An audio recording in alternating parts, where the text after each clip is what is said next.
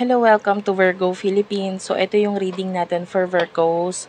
Ayan, take only what resonates, guys. Bali, hindi ito magre-resonate sa lahat. So, kunin mo lang yung mga messages na magre-resonate para sa'yo. Kung hindi ka pa nakaka-subscribe sa ating channel, ayan, pahit na lang ng subscribe button, notification bell. Ma-appreciate ko po lahat ng likes, comments, and shares.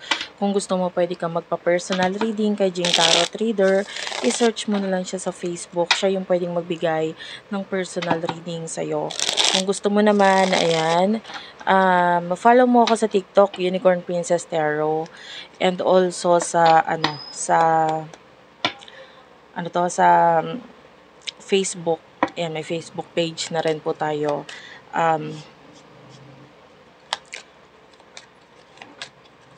Manghuhula ng Kapalaran by Unicorn Princess Tarot. Ayan, pwede kang mag-comment doon. So, kung mapansin ko yung comment mo, pero hindi ako nangangako kasi, kung mapapansin ko yung comment mo na maybe mag-share ka ng palad mo doon, baka magawa natin ng time, yan. Maisingit ko sa time ko, then mabigyan kita ng reading. Ayan. Yeah, we do have here the Page of Swords, Gemini, Libra, Aquarius. So, hindi ko alam kung kung malinaw ba sa'yo. It feels like hindi naman siya malinaw sa camera. Siguro gawa nung ilaw, nung setup ng ilaw natin. But anyway, the Page of Swords, the Four of Swords, the Ace of Wands, and the Queen of Cups. Cancer, Scorpio, Pisces, Gemini, Libra, Aquarius, Aries, Leo, Sagittarius energy. At the bottom of the deck is the King of Wands. Okay. So for what I can see here, meron kang abilidad with the Queen of Cups na makapagbigay ng maybe opportunities or mga new beginnings sa mga tao sa paligid mo. Maybe friends or kahit stranger, no? Once lang na meron kang tao na parang napalagay na yung loob mo sa kanya or maybe gusto mo lang offera ng something itong person na ito. Sa nakikita natin, you have a lot of things to offer here. Marami kang kayang i-offer dito, especially with the King of Wands for some of you. Pwedeng yung career or yung work mo rin has something to do with giving opportunities or help sa ibang tao. Ayan. So, nakikita natin, meron kang mga offer dito na ibinibigay dito sa mga taong ito. But with the Four of Swords and the Page of Swords, parang hindi nila masyadong iniintindi or inuunawa kung ano man yung meron dito sa offer nito. And I feel like they're not making any actions here. With the Four of Swords, nakikita natin na binabaliwala or hindi sila gumagawa talaga ng action at all. Parang mas gusto pa rin nilang magpahinga, matulog, ganun. And with the Page of Swords, parang, I don't know, I feel like hindi sila seryoso. Parang, unlike you na maybe marami kang plano, pangarap sa buhay, itong mga taong to, hindi nila, parang they are not mature enough. Okay, so sa nakikita natin, pwedeng yung mga offers na yan ay hindi ina-accept mula sa'yo or wala talagang ginagawa silang actions at all regarding dito. Okay, so I want to know more for Virgos. Kung hindi ka nakaka-relate, nakaka-resonate, guys, maybe hindi para sa'yo reading, pero okay lang yun kasi normal yun, hindi naman to personal reading. Kung gusto mo next time, no? Baka makuha ko naman yung energy mo. Yeah, you do have here the Knight of Cups and the Three of Pentacles. Yan. You have a lot of growth here. Ayan ang maganda sa'yo eh. Kasi ikaw pag nagkaroon ng growth sa buhay mo, no? Sabihin na natin, ikaw ay nagkaroon ng improvements, ng growth. Ikaw ito na hindi ka hindi ka madamot. Kaya ikaw parang, the universe is tinutulungan ka rin na magkaroon ng growth, na maging stable, na maging mas magaling, na maging, kumbaga sa'yo nila ibinibigay yung mga ganitong klaseng opportunity or growth kasi alam nila na kakayanin mo, na kayang-kaya mo, na magaling ka. At saka yun nga, ang pinakamahalaga doon, ang pinakamagandang message is hindi ka kasi madamot na tao. Okay? So, yan, nakakakita tayo ng growth sa'yo pagdating sa money. I can see communication with some people para mas mag-grow pa lalo kung ano man itong pinalalago mo sa buhay mo na may kinalaman sa career. Ayan, so nakakita nga din tayo ng mga offers mula sa mga taong 'to na parang, I feel like meron kang kakayahan na i-accept or tanggihan itong mga bagay na, ito. And, the Moon and the Ace of Pentacles, Taurus, Virgo, Capricorn energy, Pisces energy. So, sa nakikita natin dito with the King of Pentacles at the bottom of the deck, kailangan mo lang, um, gamitin yung iyong pakiramdam in order for you na kung dapat bang tanggapin kung ano man itong mga bagong dumadating sa buhay mo pagdating sa career. Kumbaga gamitin mo yung lakas ng pakiramdam mo kung dapat bang i-accept itong mga offer na ito or hindian na lang. And with the King of Pentacles, alam mo kanina na King of Wands na yung lumabas sa'yo. Now, ang lumabas is the King of Pentacles. The Queen of Cups is also here. So, nakuha ko yung energy mo na talagang ano ka karespe-respeto kang tao. Alam mo yon. Kasi I feel like doon sa kagalingan mo mag-handle ng sitwasyon, doon sa kabaitan mo, no, nakukuha mo yung mga respeto ng mga tao sa paligid mo. Okay? So, what is the advice regarding the Page of Swords and the Four of Swords, please? Ano yung advice regarding doon? Eight of Pentacles. No, no way. The High Priestess is here.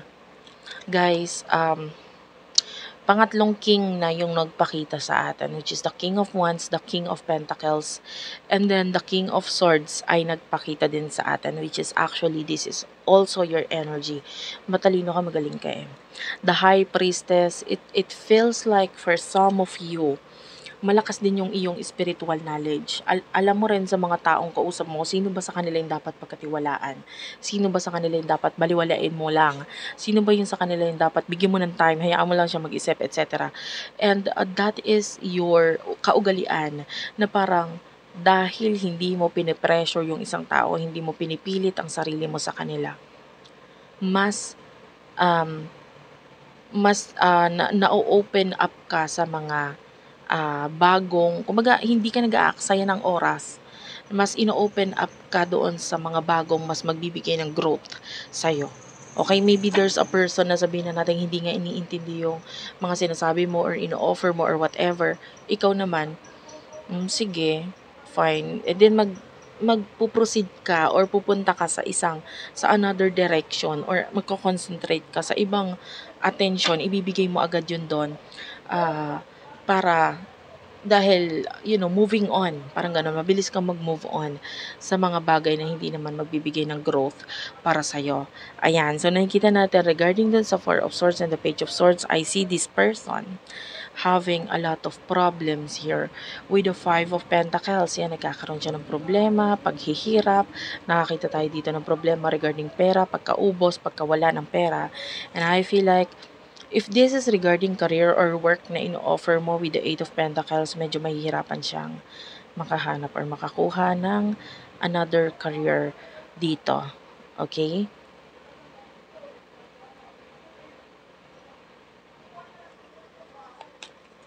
I feel like ang gusto mo lang naman is makatulong, pero ayaw niyang i-accept itong tulong na binibigay mo. Tell me about this Five of Pentacles and the Eight of Pentacles. Yeah, the Three of Swords that is going to break this person's heart. Sobrang malulungkot na masasaktan siya. The Three of Swords is telling about this person's emotions na sobrang down, sobrang lungkot, sobrang sakit. With the Eight of Cups, I feel like walang nangyayari sa buhay niya.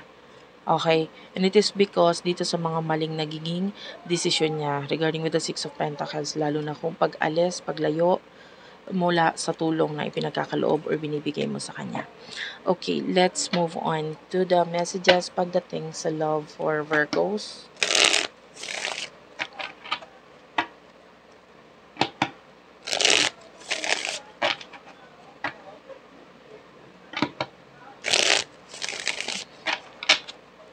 Love messages for the sign of Virgos. The Justice card is here. The Two of Wands. If you're married or in a relationship, magandang relasyon, matibay na relasyon, I can see mga plano in the near future for the both of you. If you're single, the King of Pentacles and the Queen of Pentacles is here, Taurus, Virgo, Capricorn energy. This is like a soulmate or a twin flame energy. King and Queen of Pentacles, tell me about this.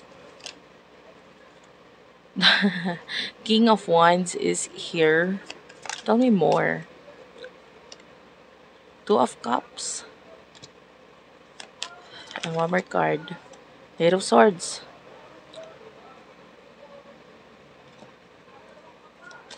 Tell me about the Eight of Swords. Four of Cups is here. So this is weird.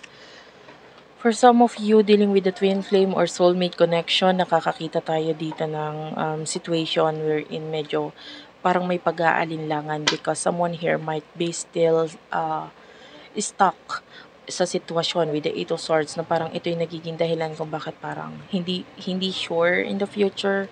Kumbaga parang hindi mo sure kung itong person na ito. You know, I feel like for some of you, you would learn about the connection in the near future. And with the King of Wands, I feel like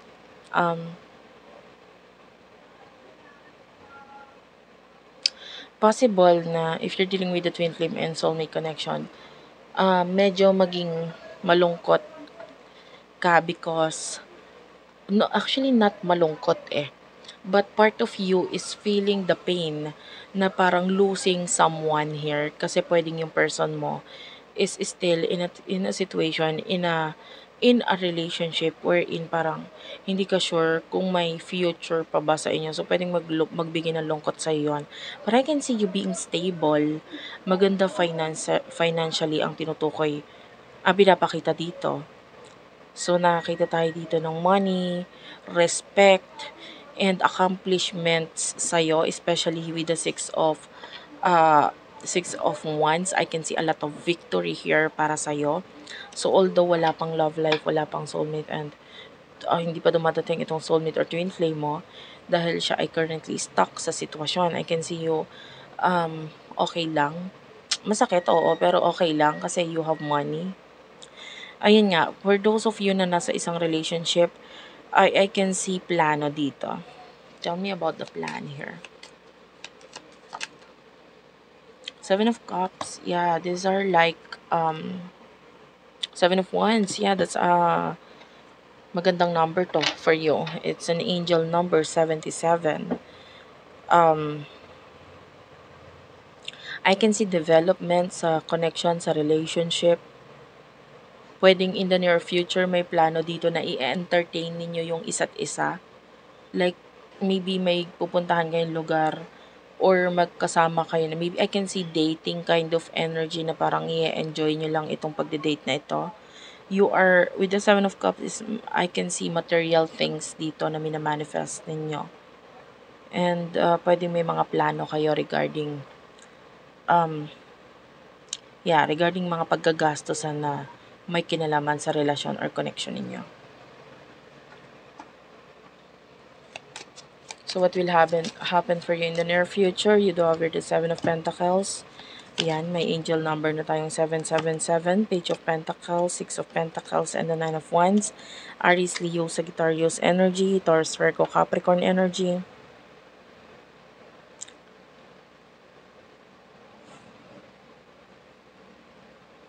Clarify the Six of Pentacles and the Nine of Wands. The Queen of Swords is at the is here. Bottom of the deck is the Eight of Wands. Actually, nakakakita ko sa'yo ng money, growth sa pera.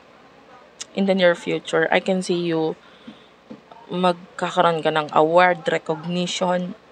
I can see you winning something. So, pwedeng may mga pagkapanalo na mangyayari for you. I can see na pwedeng mapapansin ka. With the Page of Pentacles, you do have money here. The problem is that yung pagiging magastos, medyo bawasan, tanggalin. The Queen of Swords is telling you, i-cut off mo, tanggalin mo yung ugali mong magastos. napapa-over na hindi mo naman talaga kailangan yung iba, wag mong bilhin, wag kang bili ng bili na. Kasi with the Nine of Wands, ito yung magbibigay ng problema sa'yo. Like, dapat wala ka namang problema because you have money. But the problem is, pag may kailangan ka na napaggastusan talaga, wala na kasi nagastos mo na sa iba. Which is that is the main problem or challenge for you. Tell me more. The Lovers is here. Tell me about the Lovers. The Gemini energy. Sorry. It's the Leo energy with the Strength card. So, nakakita tayong mas tumitibay at lumalalim na relasyon with the Four of Wands. I can see stability here and actually mas malalim at mas magandang relationship for some of you. The Star, ayan, nakakita tayo ng mga dreams, pangarap na binubuo in the near future kasama itong person na ito. And with the Death card, for some of you, there's a new beginning for you with the Death card. Maaaring natapos na kung ano man yung mga nagpapahirap problema dito sa'yo. And with the Seven of Swords, Gemini, Libra, Aquarius, I'm seeing like